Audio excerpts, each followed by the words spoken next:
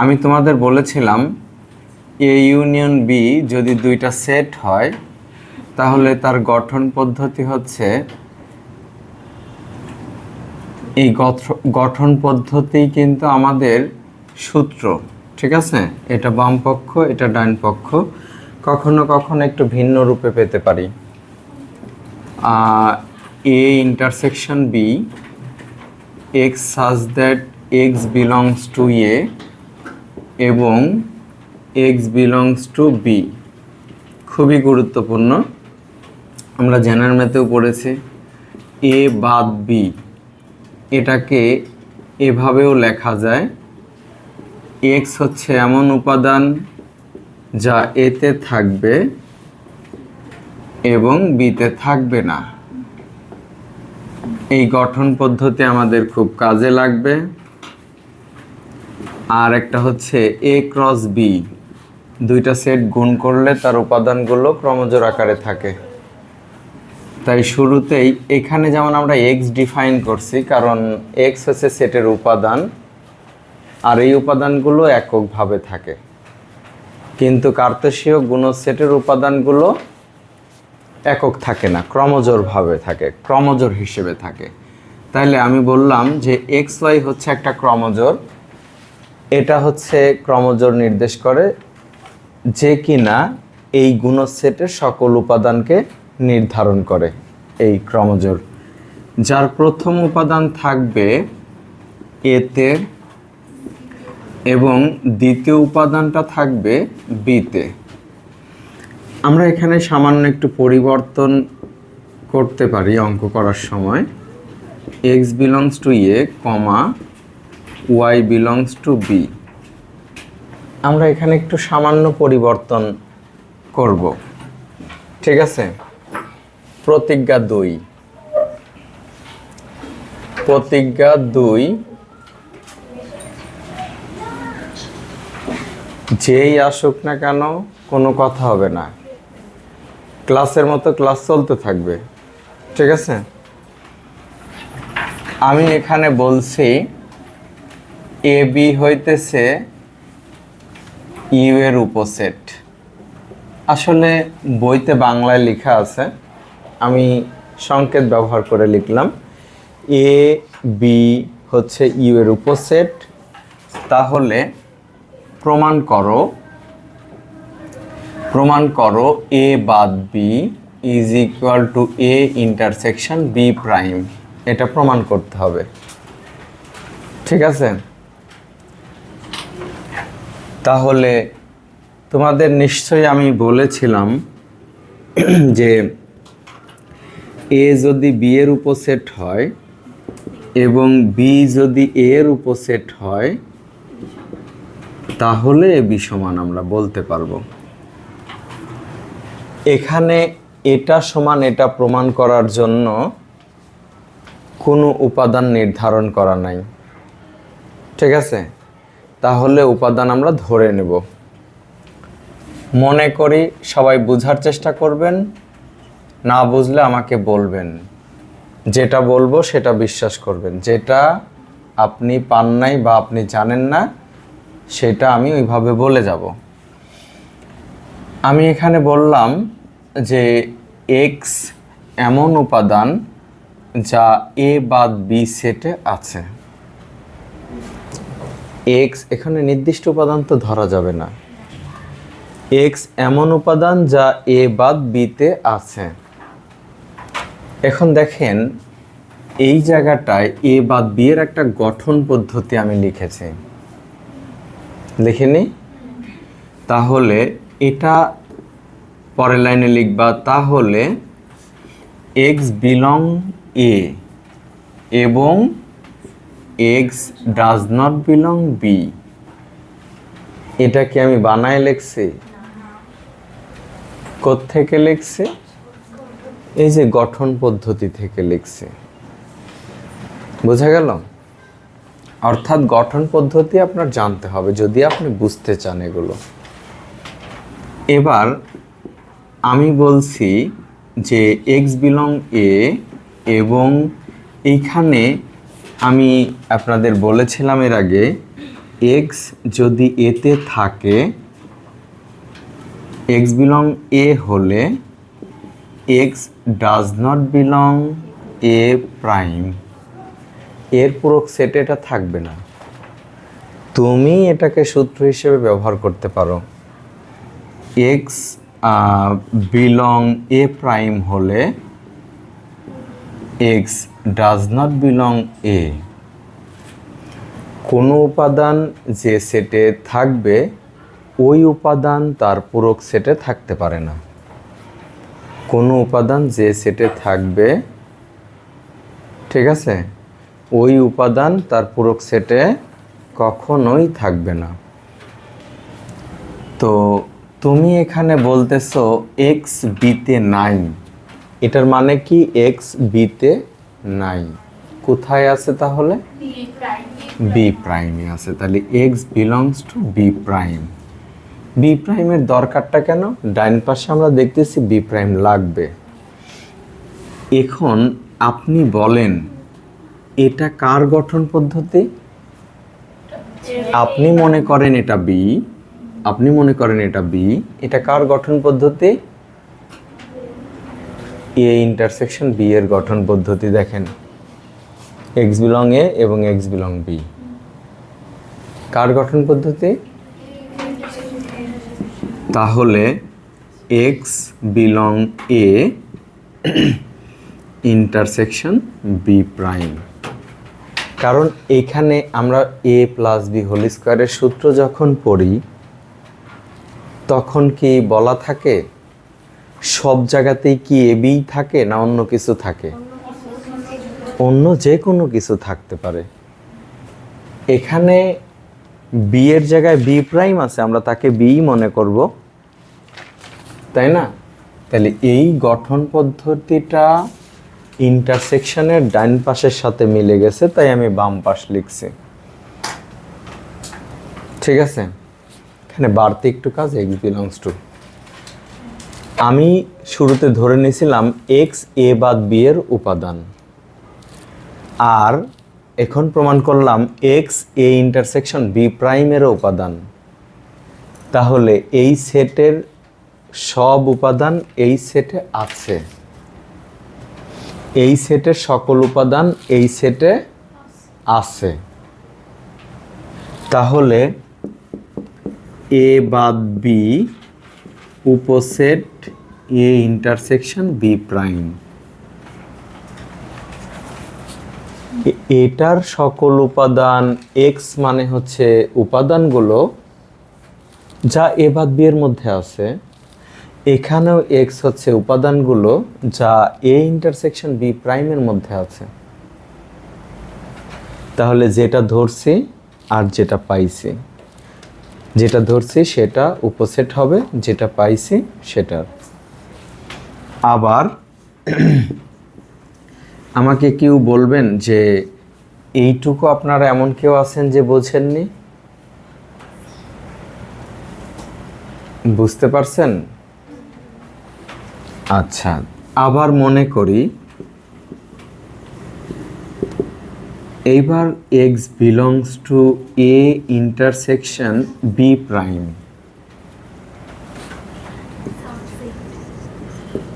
তাহলে এটা উপসেট, বাংলায় বলে উপসেট। হ্যাঁ, এক্স বিলংস টু, এটা ডাইন পক্ষ ধরলাম। তুমি এটার কথা একটু চিন্তা করো, এটা এ আর এটা বি, মাঝখানে ইন্টারসেকশন, তাহলে এর গঠন পদ্ধতি কি?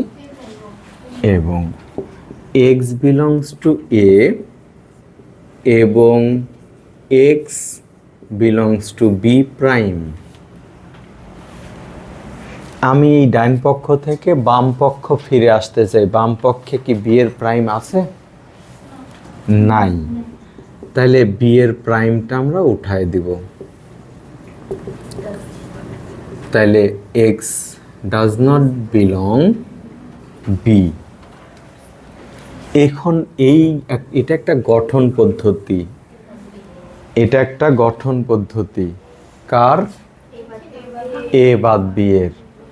এই যে দেখেন এ বাদ বি এর, দেখছেন এ বাদ বি এর, জাস্ট আমাদের যে কাজটা করতে হয় শুধুমাত্র এক্স বিলংস টু একটু বাড়তে লিখতে হয়, এ বাদ বি হয়ে গেল। এখন আমরা যেটা ধরেছিলাম এ ইন্টারসেকশন বি প্রাইম উপসেট এ বাদ বি, তাহলে আমরা কিন্তু এটাকে স্যাটিসফাই করাতে পেরেছি। এটা এ বি এর উপসেট, বি এর উপসেট হলে এ বি সমান, সুতরাং এ বাদ B is equal to A intersection B prime. প্রমাণিত বা দেখানো হলো।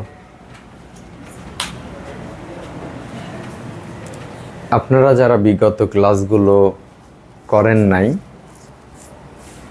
তারা অবশ্যই ভিডিওটা দেখে নেবেন, তাহলে বুঝতে সুবিধা হবে যে হায়ার ম্যাথের সেট তুলনামূলক জটিল। যদি আমরা বুঝতে না পারি তাহলে ঝামেলা। আর প্রতিদিন এর কাজ, আজকের কাজটা যদি আপনি 5 দিন পরে করেন কিচ্ছু মনে থাকবে না, লিখতে পারবেন না। চেষ্টা করবেন তাড়াতাড়ি করতে, নগদ শিখে ফেলবেন। আর একবার শেখা হয়ে গেলে আস্তে আস্তে যখন আমরা আরও সময় পাবো, তখন আমরা যখন এগুলো রিপিট করাবো তখন তোমাদের কাছে আরও সহজ লাগতে শুরু করবে। প্রতিজ্ঞা 3, প্রতিজ্ঞা 3 দেখো, প্রতিজ্ঞা 3 আমি ক নাম্বার নিলাম, এ গুণ B intersection C A cross B intersection A cross C, এটা প্রমাণ করতে হবে, এটা প্রমাণ করতে হবে। এটা কতে আছে নাকি খতে আছে দেখেন তো।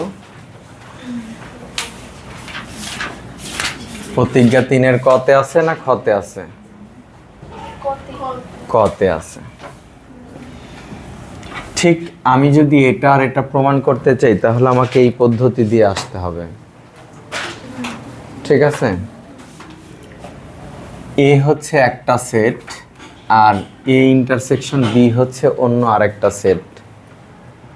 দুইটা সেটকে যখন আমরা ইন্টারসেকশন করি তখন সেটা কয়টা সেট হয়? একটা সেট হয়।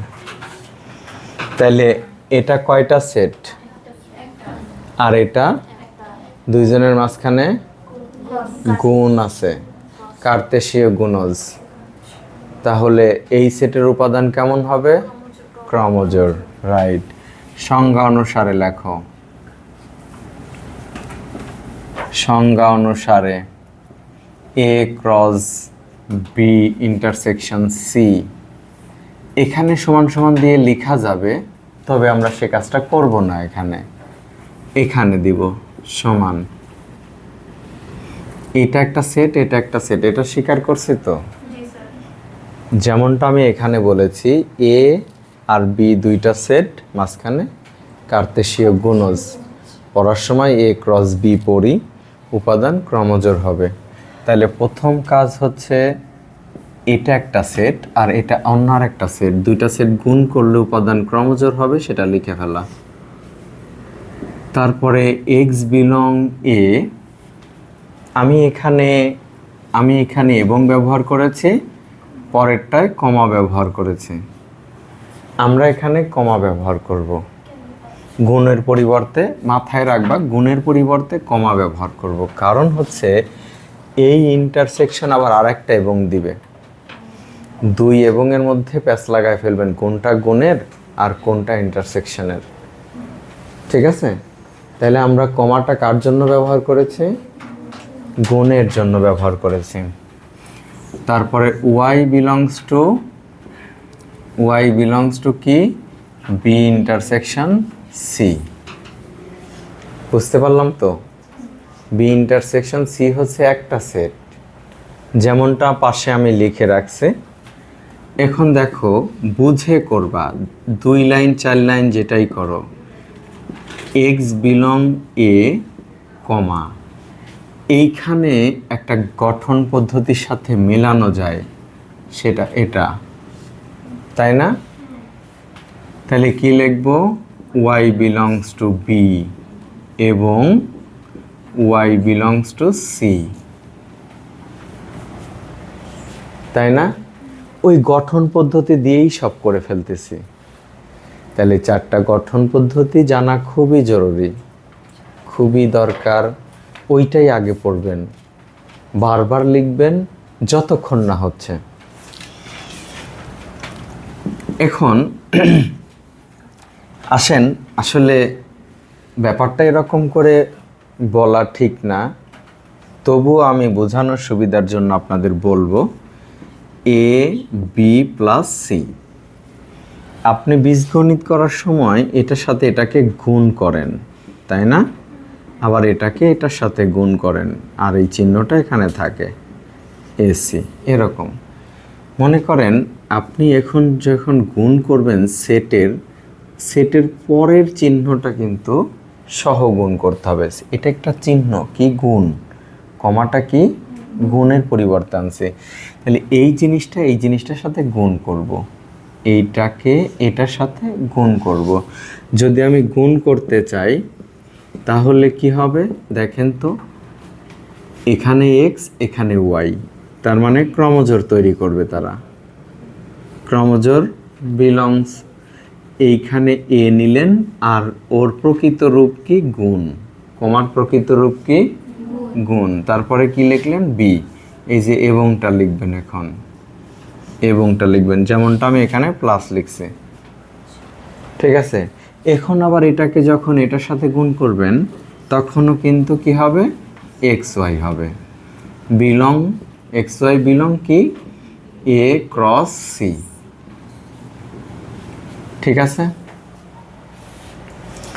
এই অংশটা এটার সাথে গুণ করছি এবং নিয়ে আসছি, এই অংশটা আবার এটার সাথে গুণ করছি, ঠিক আছে?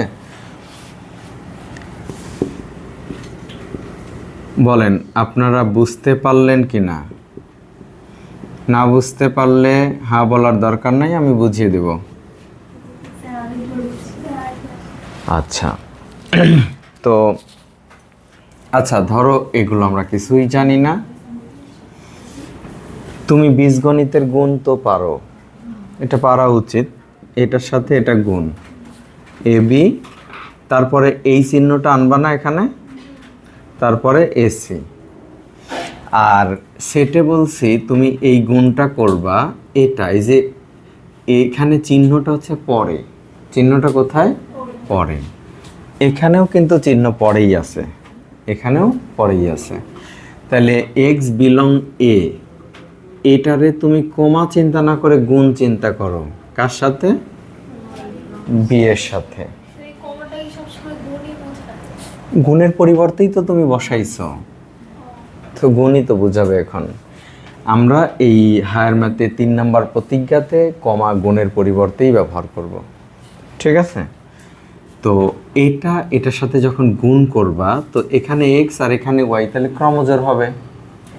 আর এ গুণ বি মানে এ ক্রস বি, সহজ একটা জিনিস। তুমি যখন নিজে লিখবা দেখো এখানে এক্স কার মধ্যে আছে? এর মধ্যে। ওয়াই কার মধ্যে? বির মধ্যে। এখন এ বি গুণ করতে চাই, এরপরে কি আছে? গুণ চিহ্ন আছে, যে কমা। তাহলে তুমি যদি এ ক্রস বি লেখো তাহলে তার উপাদান কেমন হওয়া লাগবে? ক্রমজোড় হওয়া লাগবে। তো তুমি ক্রমজোড় লিখবা না, ঠিক আছে? এইখানে এক্স বিলং আছে, এখানে ওয়াই বিলং আছে, এই এবংটা এখন আমরা এখানে লিখে নিলাম নাকি? এখানকার এক্স এখানকার ওয়াই, এক্স ওয়াই বিলং নিলাম, এখানে এ লিখব, লেখো এ, কমা মানে গুণ, তারপরে সি। বোঝা গেল কি? আচ্ছা, তারপরে X belong Y, sorry X comma Y, এইখানে দেখো তো এক্স ওয়াই বিলং, এখানেও এক্স ওয়াই বিলং। কমন নিয়ে নিই আমরা, মনে করো আমরা কমন নিয়ে নিলাম বিলং এ ক্রস বি, আর এবং এর পরিবর্তে কি বসবে? ইন্টারসেকশন, কারণ বিলংয়ের সাথে ইন্টারসেকশন হলে, বিলংয়ের সাথে এবং থাকলে ইন্টারসেকশন। আমি একটা চার্ট তোমাদের লিখে দিয়েছিলাম এটা, ঠিক আছে? এখন দেখো তো আমি এটা থেকে এটা বের করতে সক্ষম, তাই না? তাইলে এটা এটার উপসেট, তাইলে এখন তুমি লিখবা A cross B intersection C উপসেট A cross B intersection A cross C. আমরা একটা অংশ করলাম, আবার এটা রিভার্স করতে হবে, ঠিক আছে? তোমরা এটুকু শেষ করো।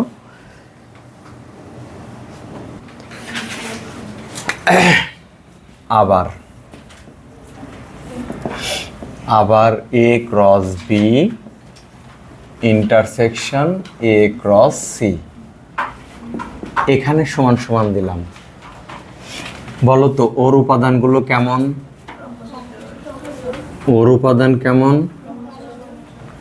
তাহলে আমি যখন এখানে লিখবো এক্স ওয়াই সাজ দ্যাট, এখানে কি শুধু এক্স লিখবো না এক্স ওয়াই লিখবো? এক্স ওয়াই লিখতে হবে, belongs to A cross B. ইন্টারসেকশনের পরিবর্তে এবং X Y belongs A cross C.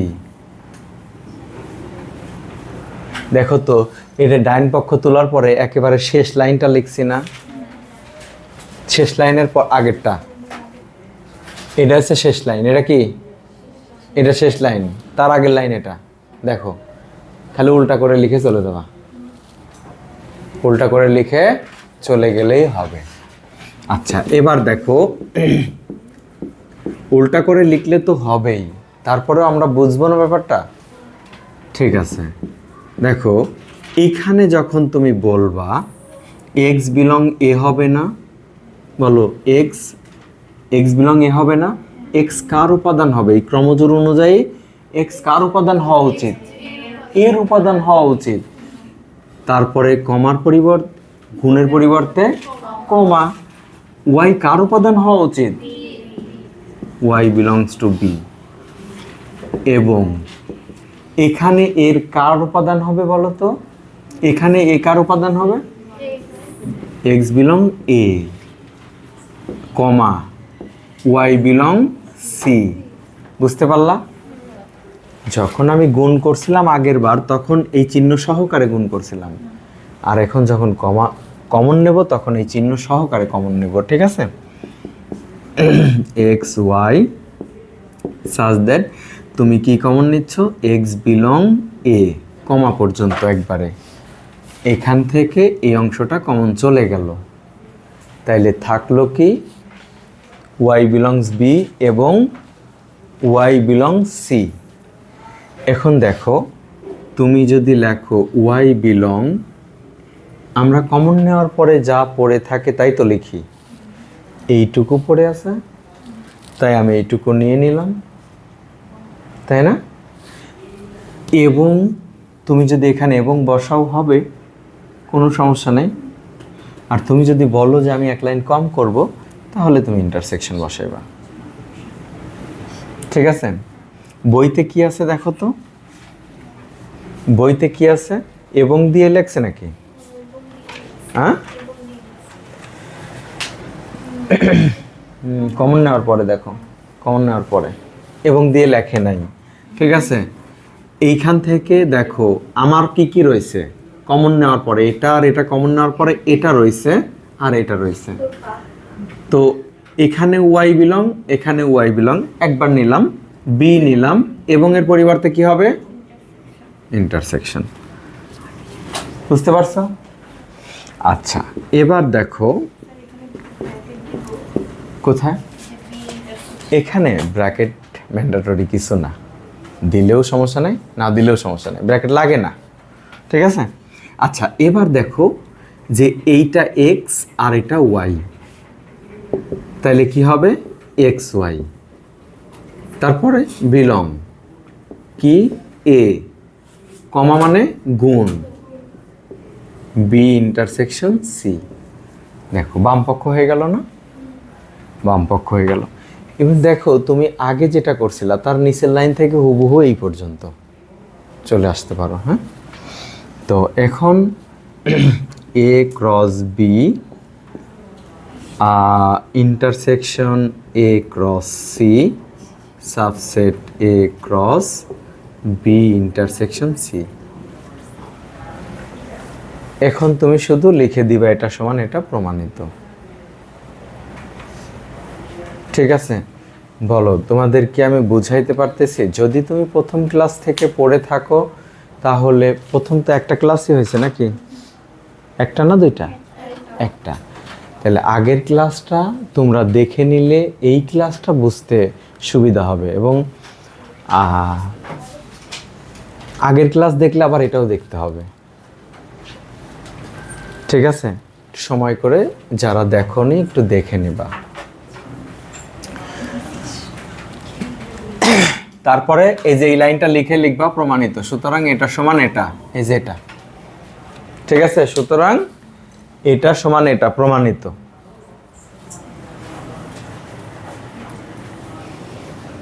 চলবে না? শোনো, আচ্ছা তোমরা বাংলা বলবা, এটা মানে কি? এটা ভাষায় প্রকাশ করবা। এটাকে বলে প্রত্যেকটা সেট নিজেই নিজের উপসেট। এ উপসেট এ, তার মানে কি? প্রত্যেকটা সেট নিজেই নিজের উপসেট। এটাকে ভাষায় বললে এটাই হয়, প্রত্যেকটা সেট নিজেই নিজের উপসেট। বুঝতে পারলাম কিনা? মনে করো 2 নাম্বার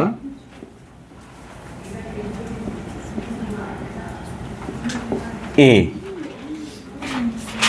আচ্ছা, এটা এরকম লিখি যে এটা এ ফাঁকা সেটের উপসেট, তাহলে এ সেটটি কেমন হবে? এটা হলে ডেফিনেটলি এ ফাঁকা সেট, একদম পরিষ্কার কথা। যে সেটের কোনো উপাদানই নাই তার আবার উপসেটে, ফাঁকা সেটের কোনো উপাদান আছে? তার উপসেট হচ্ছে এ, তাহলে এর মধ্যে কি থাকবে? ফাঁকা থাকবে। ওই যে প্রত্যেকটা সেট নিজেই নিজের উপসেট, তাই ফাঁকা সেট ফাঁকা সেটেরই উপসেট। ঠিক আছে? তাহলে আমি এখানে এ নামে ব্যবহার করছি। কি নামে ব্যবহার করছি? এ। এ হচ্ছে ফাঁকা সেটের উপসেট, তাহলে এ ফাঁকা সেট। কোন সেট যদি ফাঁকা সেটের উপসেট হয় তাহলে ওই সেটটিও ফাঁকা সেট। ভাষায় বললে এরকম হবে, কোন সেট যদি ফাঁকা সেটের উপসেট হয় তাহলে ওই সেটটি ফাঁকা সেট। যেমন আমি এখানে দেখাইছি, কোন সেট মানে এ, কার উপসেট? ফাঁকা সেটের, তাহলে এ কে? ফাঁকা সেট। রাইসা ঘুমাইন না। ঠিক আছে? আচ্ছা, আরেকটা জিনিস, ফাঁকা সেট যে কোনো সেটের উপসেট। ফাঁকা সেট যে কোনো সেটের উপসেট, মাথায় থাকবে। ফাঁকা সেট যে কোনো সেটের উপসেট। আমি আপনাদেরকে পড়াইছিলাম এ উপসেট বি এবং বি উপসেট এ হলে এ ইকুয়াল বি। এটাকে বলে সেটের সমতা। এটাকে কি বলে? দুইটা সেট সমান হওয়ার শর্ত, এ বি সমান হওয়ার শর্ত। শর্ত কি বলতো? নাম্বার শর্ত কি? এ উপসেট বি এবং বি উপসেট এ। তাহলে যদি পরীক্ষায় আসে যে এ বি সমান হবে, কোন শর্তে? তোমাকে বুঝে নিতে হবে এ বি এর উপসেট, বি এর উপসেট। ঠিক আছে? আচ্ছা, তো মনে করো আমি যদি বলি যে এ উপসেট বি এবং বি উপসেট সি, তবে এ উপসেট সি। তোমরা উপসেটের ব্যাপারে জানো, খেয়াল করো এর প্রত্যেকটা উপাদান এখানে আছে। এ সেটের প্রতিটা উপাদান বি এর মধ্যে আছে। বি এর সকল উপাদান এতে থাকতে হবে, এটা বাধ্যতামূলক নয়। ঠিক আছে? তাহলে এ এর সব উপাদান বিতে আছে। আমার বলতেছে বি এর সব উপাদান নাকি সিতে আছে। তাহলে এর উপাদান কি সি এর মধ্যে নাই? এর সকল উপাদান কি সি এর মধ্যে নাই? সেটাই বোঝানো হয়েছে যে এ বি এর উপসেট, বি সি এর উপসেট। তাহলে এ কি হবে? সি এর উপসেট।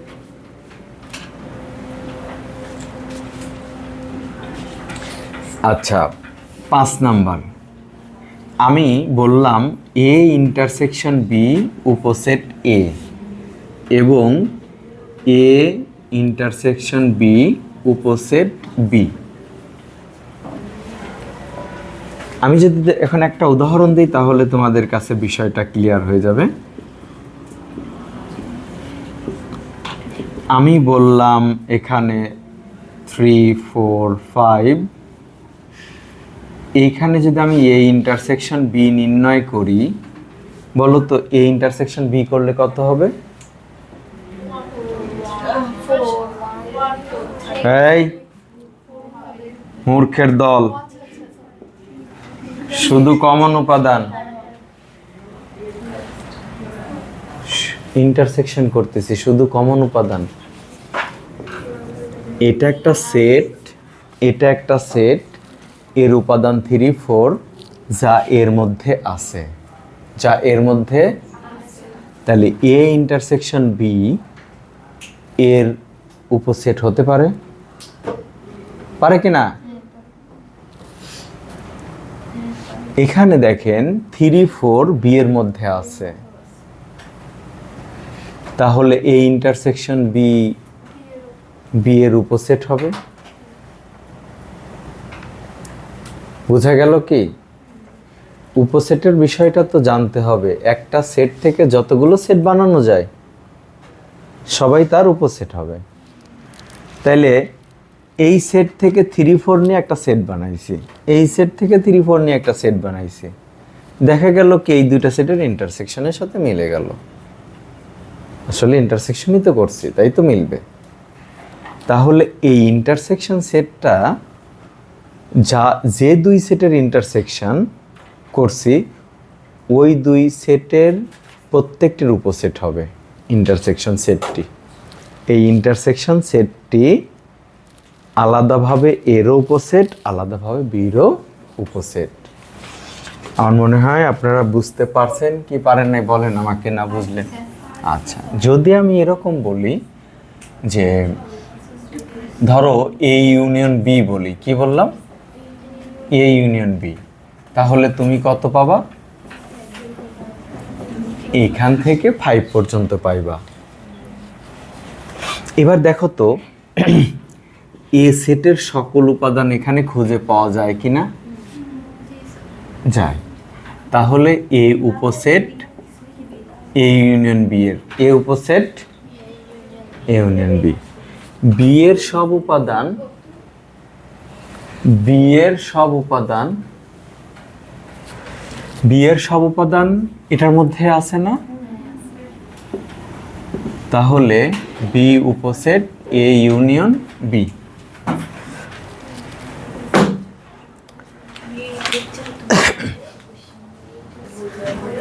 বলো এইটা কি বুঝতে পারছো? তাহলে ইন্টারসেকশন হলে কেমন হবে, ইউনিয়ন হলে কেমন হবে?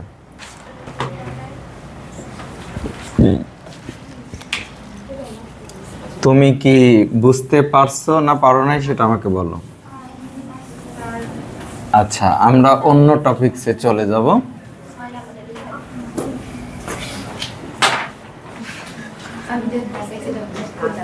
আমি খুবই অল্প কথায় প্রত্যেকটা বিষয় বুঝাবো, তাহলে তোমরা বেশি উপকৃত হবে। ঠিক আছে, দেখো, এক এক মিল, এক এক মিল। ঠিক আছে, এখন মনে করো এ সেট, এ সেটের উপাদান হচ্ছে A B C, R B সেটের উপাদান হচ্ছে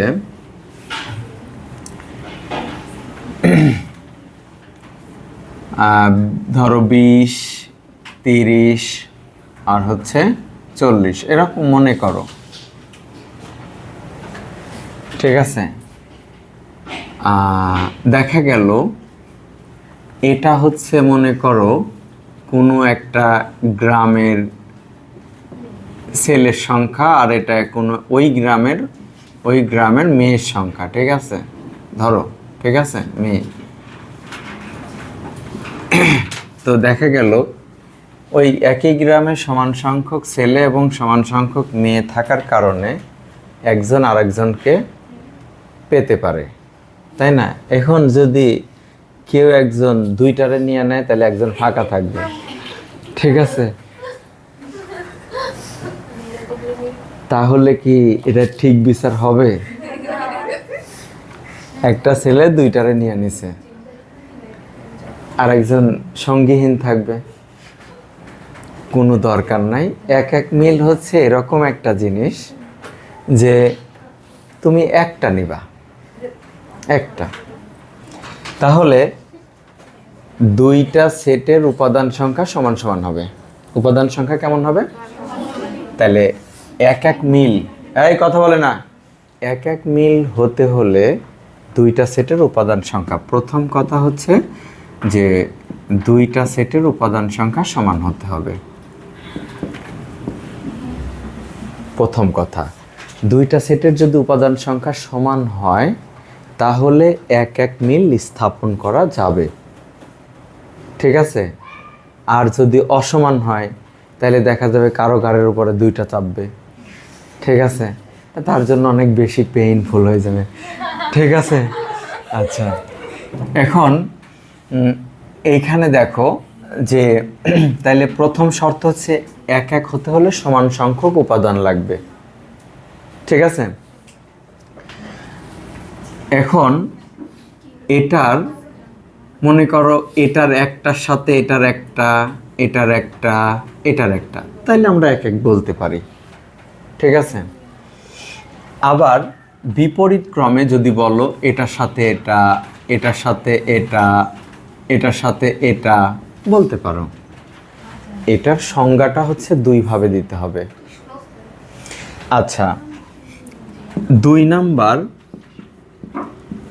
এক এক মিল হয়েছে এই চিহ্ন দিয়ে প্রকাশ করা হবে। এই চিহ্ন দিয়ে এক এক মিল বোঝানো হয়। এটা দিয়ে কি বোঝানো হয়? এক এক মিল বোঝানো হয়। ঠিক আছে, তাহলে এই চিহ্ন দিয়ে আমরা এক এক মিল বুঝি। যখন দুইটা সেটের মধ্যে এরকম চিহ্ন থাকবে তুমি বুঝবে এটা এক এক মিল হয়েছে। ঠিক আছে, আর এক এক মিল হয়েছে মানে হচ্ছে ওর উপাদান সংখ্যা ওরও যা ওরও তা। ঠিক আছে, যখন এক এক মিল হবে তখন ওর যতগুলো উপাদান আছে ওর অতগুলোই উপাদান আছে, তাই এক এক মিল হয়েছে। এখন আমি সংজ্ঞাটা বলি যে যদি খুব ভালো করে শুনবা মনোযোগ দিয়ে, এ সেটের প্রতিটি মানে ইন্ডিভিজুয়াল ভাবে একটা একটা করে, প্রতি মানে এক, প্রতি মানে এক। এ সেটের প্রতিটি উপাদান বি সেটের একটি ও কেবল একটি উপাদানের সাথে, এবং তাহলে আমি বলছি এই সেটের প্রতিটি উপাদান, প্রতি মানে এক, মানে এই সেটের একটা উপাদান বি সেটের কেবলমাত্র একটা উপাদানের সাথে সম্পর্ক করবে, আবার এ সেটের অন্য আর একটা উপাদান বি সেটের অন্য আর একটা উপাদানের সাথে সম্পর্ক স্থাপন করবে। বি সেটের, তোমাদের কি পড়া বোঝার ইচ্ছা আছে না নাই? এ সেটের তৃতীয় আর একটা উপাদান বি সেটের তৃতীয় আর একটা উপাদানের সাথে সম্পর্ক স্থাপন করবে। তাইলে এ সেটের এভাবে করে এ সেটের একটা উপাদান, প্রথম একটা উপাদান, এটার একটা উপাদানের সাথে দ্বিতীয় উপাদান, আরেকটা উপাদানের সাথে তৃতীয় উপাদান, অন্য আরেকটা উপাদানের সাথে, এভাবে পর্যায়ক্রমে সকল উপাদান, এর সকল উপাদান বি এর উপাদানের সাথে আলাদা আলাদা উপাদানের সাথে সম্পর্ক স্থাপন করলো। ঠিক আছে, আগে বুঝো ব্যাপারটা। তারপরে আবার উল্টা করে বলছি যে বি এর সবগুলো উপাদান, বি এর প্রত্যেক উপাদান মানে একটা একটা করে পর্যায়ক্রমে এটার একটার সাথে মিল করলো, এটার একটার সাথে মিল করলো, এটার অন্য আর একটা, এটা অন্য আর একটার সাথে মিল করলো। এই যে প্রক্রিয়া, এটাই হইতেছে এক এক মিল। সংজ্ঞা পড়ার সময় যে জিনিসটা হয় যে আমরা সংজ্ঞা না বুঝে মুখস্থ করার চেষ্টা করি, যার কারণে সংজ্ঞা ভুলে যাই। আমি বলছি যদি এ সেটের প্রতি মানে এক, ভালো করে বুঝবেন, একটা লাইন শুধু বুঝবেন, এ সেটের প্রতিটি উপাদান বি সেটের কেবল ও বি সেটের একটি ও কেবল একটি উপাদানের সাথে, ঠিক আছে, প্রতিটি, প্রতি মানে এক, আর বি সেটের কেবল ও কেবল একটি, ঠিক আছে। এখানে প্রতি মানে অনেকেই মনে করে কি যে এ সেটের সবগুলো উপাদান যায় বি সেটের একটার উপরে ঝাঁপায় পড়বে, না, এরকম না। এ সেটের একটা উপাদান বি সেটের একটা উপাদানের সাথে, এটার আর একটা উপাদান, এভাবে করে পর্যায়ক্রমে প্রত্যেকটা, এই জন্যই বলছে প্রতিটা। ক্লিয়ার? প্রতিটা কেন বলছে? কোনো বাদ নাই। আল্লাহ, শেষ তো না? আচ্ছা, আমি শেষ করছি, 1 মিনিট। তাহলে সংজ্ঞাটা শোনো। এ সেটের প্রতিটি উপাদান বি সেটের একটি ও কেবল একটি উপাদানের সাথে, এবং বি সেটের প্রতিটি উপাদান, এখন উল্টা করে বলতেছি, আগে বলছিলাম এর কথা, এখন বলতেছি কি বির কথা। বির প্রতিটি উপাদান এ সেটের একটি ও কেবল একটি উপাদানের সাথে মিল স্থাপন করে, তবে তাকে এ সেট ও এ ও বি সেটের মধ্যে এক এক মিল বলা হয়। সংজ্ঞাটা পড়বেন, হ্যাঁ, বইয়ের মধ্যে আছে।